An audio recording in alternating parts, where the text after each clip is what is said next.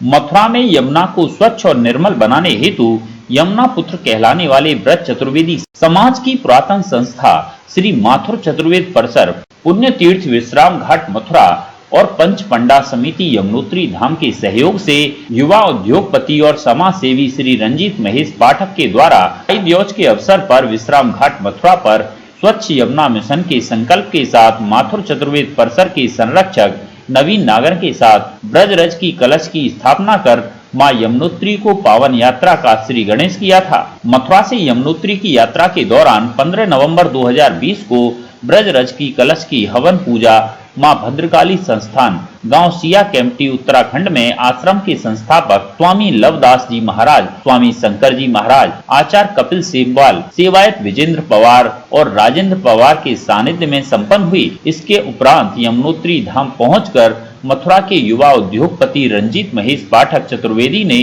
कलश की पूजा अर्चना के उपरांत मथुरा की ब्रजरज को मां यमुना के उद्गम स्थल में अर्पण किया और उसी पवित्र कलश में यमुनोत्री धाम से पवित्र यमुना जल भरकर मां यमुना जी और शनि महाराज की डोली के साथ खरसाली खुशी मठ शीतकालीन मंदिर के लिए प्रस्थान कर मंदिर के गर्भगृह में कलश स्थापना के उपरांत स्थानीय पुरोहितों को पवित्र कलश की पूजा और सेवा का परम दायित्व सौंपते हुए संकल्प लिया। मार्च 2021 में कलश को लेकर यमुना जी के खरसाली खुशी मठ शीतकालीन मंदिर से पदयात्रा आरंभ करने के बाद 18 अप्रैल 2021 यमुना छठ के पावन पर्व पर मां यमुना के निर्मल स्वरूप को पूर्ण तीर्थ विश्राम घाट मथुरा आकर मां यमुना में अर्पण कर स्वच्छ यमुना मिशन की शुरुआत की जाएगी। जी आज ये जो प्रेस वार्ता बुलाई गई है ये इसका जो मेन विषय था कि मैं एक पद यात्रा निकाल रहा हूँ, कलश पद यात्रा यमुनोत्री धाम से लेकर के पुण्य तीर्थ विश्राम घाट तक। ये दिवाली के दिन पर मैंने एक कलश में ब्रजरज को डाल करके यहाँ पर विश्राम घाट पर उसका पूजन किया और उसके बाद में मैं यमुनोत्री धाम गया। और भाई दूज पर आप जैसे को पता ही है कि यमुनोत्री धाम में शनिदेव की एक पालकी ऊपर खरसैली खुशी मठ से यमुनोत्री धाम जाती है और वो अपनी बहन को नीचे लेकर के आते हैं। उस समय पर द्वार बंद हो जाते हैं, तो मैं शनिदेव की डोली के साथ में मैं अपने कलश को ऊपर लेकर के गया और भैया दूज के पावन पर्व पर मैंने वहाँ पर ब्रजरज को माँ यमुना में अर्पण किया। फिर वहाँ से उसमें शुद्ध यमुना जल भरा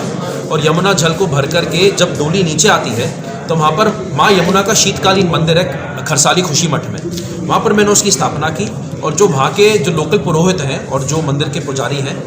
वो उस कलश की पूजन अर्चना इसको चालू रखेंगे मार्च तक अगले साल। मैं मार्च में दोबारा जाऊंगा। मार्च इसलिए क्योंकि 18 अप्रैल को आप सभी को पता है कि माँ यमुना का यहाँ पर जन्मदिन मनाया जाता है, यमुना छठ का जो अवसर होता है। तो मैं मार्च में कलश को लेकर के पदयात्रा करके मथुरा में आकर के इस जल को माँ यमुना में अर्पण करूँगा। एक बेटा अपनी माँ में उसका खुद का शुद्ध जल अर्पण कर रहा है। मतलब मोटा मोटा यही है जो पूरा जो प्लान है। इसमें अगर आपके और कोई सवाल है तो आप पूछ लो। तो तमाम सारी केंद्र सरकार की भी योजनाएं चल रही हैं, नमामि गंगे जैसी योजनाएं चल रही हैं और आप भागीरथ बनने जा रहे हैं, तो ये मतलब जो इंस्पिरेशन आपको मिली है, आप वहाँ से जल लेके यहाँ पे आने वाले, तो आपको लगता है कि सरकार नाकाफी है इसका? देखिए, मैं सरकार को कुछ नहीं कहूँगा। देखो, जैसे कि मेरे साथ माथुर चतुर्वेद परिषद के भी लोग हैं, मेरे साथ जो अखिल भारतीय तीर्थ पुरोहित महासभा के भी लोग हैं,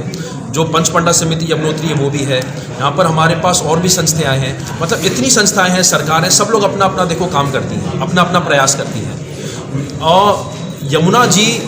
को लेकर के मैं आपको बताऊं, इस मुहिम में मैंने मोदी जी का एक जो आत्मनिर्भर शब्द है, आत्मनिर्भर भारत, मैंने उसको भी पिक किया कि आत्मनिर्भर बनो ना। मैं सरकारों के लिए तो लोग अपनी टिप्पणी देते ही रहते हैं, रिपोर्टें बनती रहती हैं और लोग भी अपने अपने जो जितनी भी संस्थाएं यहाँ पर, एक मथुरा में यमुना मिशन भी है, वो भी सौंदर्यीकरण या पेड़ वेड़ लगा रहे हैं, गार्डन्स बना रहे हैं, सब अपना अपना काम करते हैं। मैं आत्मनिर्भर इस मामले में हूँ कि भाई जैसे कि कोई बीमार पड़ जाता है या किसी को ऑक्सीजन की या किसी को नए ब्लड की ज़रूरत पड़ती है, तो यहाँ पर माँ यमुना का रूप देख करके ऐसा लगता है कि ये बीमार है, ये अस्वस्थ है, ये ठीक नहीं है। तो मैंने सोचा कि भाई मैं पुत्र हूँ, मेरे को माँ भद्रकाली ने एक आदेश दिया है, मैं जाऊँगा, मैं इनका जल ला करके इनमें अर्पण करूँगा, जिससे कि ये पुनः जीवित शब्द तो ठीक नहीं है, लेकिन माँ को दोबारा से अपना एक रक्त मिले। तो एक जीवन के लिए उनको एक सपोर्ट, इनको एक लाइफ सपोर्ट मिले। और ये सिर्फ यहाँ तक सीमित नहीं है, मैं आपके माध्यम से मेरे जैसे और भी लोगों का आह्वान करना चाहता हूँ कि भाई यमुना छठ के दिन पर हम लोग जो फूल, माला, प्रसाद, दूध, ये सब चीज़ें चढ़ाते हैं, क्यों ना एक इसके साथ में, इसको आप हटाइए मत, ये आपकी श्रद्धा और आपकी आस्था का ये मैटर है, बट ये एक यमुना पुत्र की एक गुहार है आप सबसे कि क्यों ना हम लोग यमुनोत्री धाम से हर साल की तरह, मतलब जैसे कि मैं करने वाला हूँ, आप सभी से मेरा रिक्वेस्ट है कि आप लोग पद यात्रा ना करें। आपको माथुर चतुर्वेद परिषद यहाँ पर आपको जल, और जो पंचपंडा समिति है यमुनोत्री धाम की, वो आपको यहाँ पर जल अवेलेबल कराएगा। हम यहाँ पर मिलकर के जितना से जितना ज़्यादा से ज़्यादा शुद्ध माँ यमुना का जल हो, उनके जन्मदिन पर हम उनको ये अपनी तरफ से गिफ्ट दें, हम जो श्रद्धालु हैं। और प्रयाग में जब तक यमुना नहीं पहुँचेगी तो प्रयाग नहीं, तो क्यों ना हम ब्रजवासी यमुना पुत्र और जो यमुना भक्त हैं, जो देश विदेश से यहाँ पर आते हैं, 18 अप्रैल को हर साल एक संकल्प लें कि हमको जब तक माँ यमुना का निर्मल रूप हमको नहीं दिखता, और ऐसा नहीं है कि निर्मल रूप नहीं, हमने कोरोना काल में निर्मल रूप देखा, घरों में बंद थे, फैक्ट्रियाँ बंद थे, सब बंद थी, हमने माँ यमुना का अविरल रूप देखा है, हमने जीव जंतुओं को दोबारा हमने इसमें देखा है, मतलब जीवित, मछलियाँ आ गई, सब कुछ आ गया। तो प्रयाग के लिए भी ये एक हमारी तरफ से एक